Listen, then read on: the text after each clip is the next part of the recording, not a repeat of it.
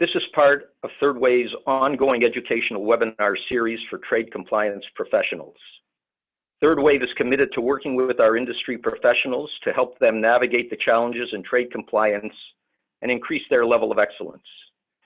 We are really quite overwhelmed and gratified by the ongoing registrations and attendances for these webinars, and today is definitely no exception. This webinar is scheduled for 1 hour. Our presenters will be speaking for 45 to 50 minutes, and we hope to have time for Q&A at the end of the presentation. The chat or question bar is in the upper left-hand section of your screen. If we cannot get to all the questions, Jim and Marina have agreed to answer them, and we will send out a summary of the written Q&A in a follow-up email. A link to the webinar slide deck and recording will be available in a follow-up email. This webinar is approved for 1 CES credit by NEI, and we will be sending the list to them at the end of the webinar. As this is not a legal presentation, this is for information that is current, and we hope will be of interest. But if you need legal advice, we strongly suggest that you speak to your trade attorney. At Third Wave, we develop solutions for trade compliance and global trade management. Third Wave simply simplifies global trade and trade compliance by focusing on and automating the user experience and business processes. Third Wave supports the processes with full visibility into the supply chain and the necessary content such as denied party, screening, HS and dual use product classification, FTA determination, and license management to ensure the highest levels of trade conformance. Now, about our speakers. Jim is the president of Compliance Assurance LLC, specializing in global trade compliance solutions. And as you can see from Jim's resume, he has talked extensively to government and private sector people about trade compliance, all levels of trade compliance, for over 20 years. Jim is going to be handling the first part of the webinar, and we're very excited to be having him as one of our participants today. Marina Truhan is in charge of business development at Introdex, which is a company specializing in export compliance data and software. Introdex is a content provider specifically for denied party screening, ECCN classification and license management. And we're very proud to have them as a content partner with Third Wave. And Marina will be presenting her views and taking you through the denied party screening process. So with that, I'm going to just turn the remote over to Jim. And Jim, if you'll take the presentation and go forward. The agenda is to talk about basics of export compliance with respect to screening, designing a DPS program, handling the positive hits, obligations under Know Your Guidance, consequences of non-compliance, case studies of non-compliance, the fine-tuning of a DPS program, and the role of automation in denied party screening. With that, Jim? Well, thank you, Ned. I appreciate the introduction and the opportunity to speak today. I'd like to provide a little bit of a brief overview about the screening and how things have changed in the export compliance landscape over the past 20 or so years. The United States and global export controls are moving away from the old Cold War COCOM type export controls where you had exports restricted to certain communist or embargoed countries.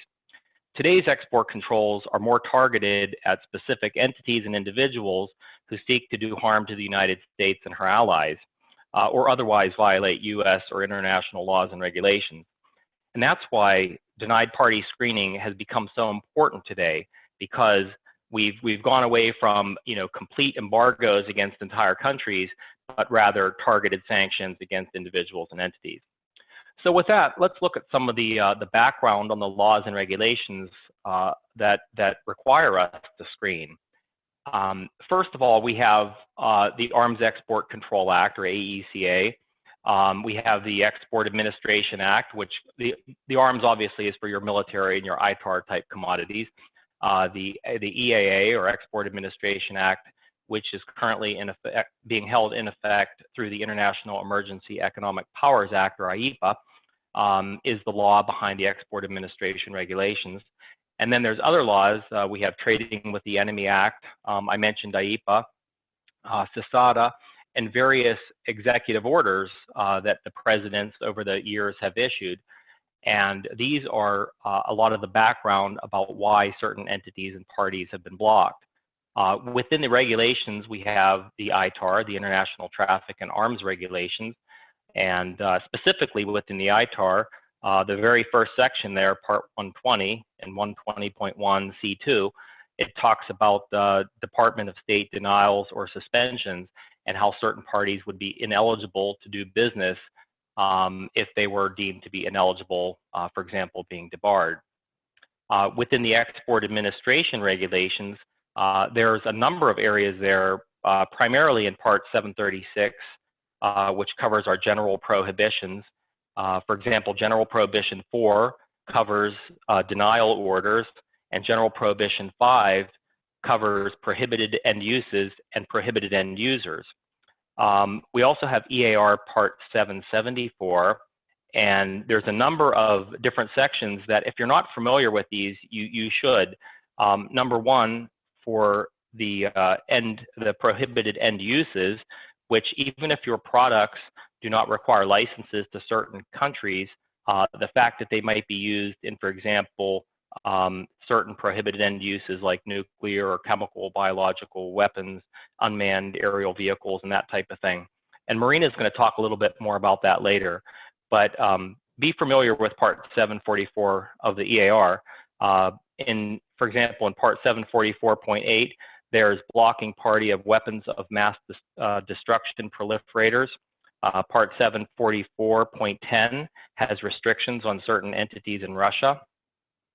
Part 744.11 is entities acting contrary to the United States national security or foreign policy of the United States, and so on. So there's a number of areas that cover our restricted or denied persons within the EAR. And again, most of those you'll find in Part 744. And then there are also the OFAC sanctions programs, which include our denied, our specially designated nationals, and a number of other lists, which I'll drill into in a bit more detail here in a second. And then there are other countries, for example, the EU sanctions programs and various sanctions programs of countries around the globe. So we're going to speak primarily on the US sanctions because we're typically or generally US companies on this webinar today. And I'll keep it, but keep in mind that there are other sanctions programs, and if you're doing business in these countries, you should familiarize yourself with those and screen for the denied or restricted parties accordingly. The second key point of why we screen is to avoid potential illegal diversion. For example, the unverified lists list companies that may not necessarily require a license, but there's a high risk of diversion of your commodities that you export for those companies listed on the unverified list. And in that case, you'd need a UVL statement to go along with your record-keeping requirements for those entities. And thirdly, to ensure the integrity of your customers, suppliers, partners, and employees. So even if your entity that you're screening, even if it's legal to do business with them, you may want to consider that, are these the kind of people that you want to do business with because they're on a list? Perhaps, they're on a different list. It doesn't pertain to the United States sanctions programs, but again, there may be reasons why your company would consider not doing business with these folks. And then lastly, to avoid fines, penalties, loss of export privileges, and the loss of company's reputation. When these things get out in the news, you certainly don't want to find your company in a position where your competitors are saying, hey, did you see what happened to XYZ company? There was a big thing in the Wall Street Journal yesterday about this export violation that they were embroiled in. So these are the reasons why we screen, and I certainly believe that all of us on the call today want to do the right thing. We're on this call because we're trying to comply with the laws and regulations, and that's what hopefully we're helping you to do today.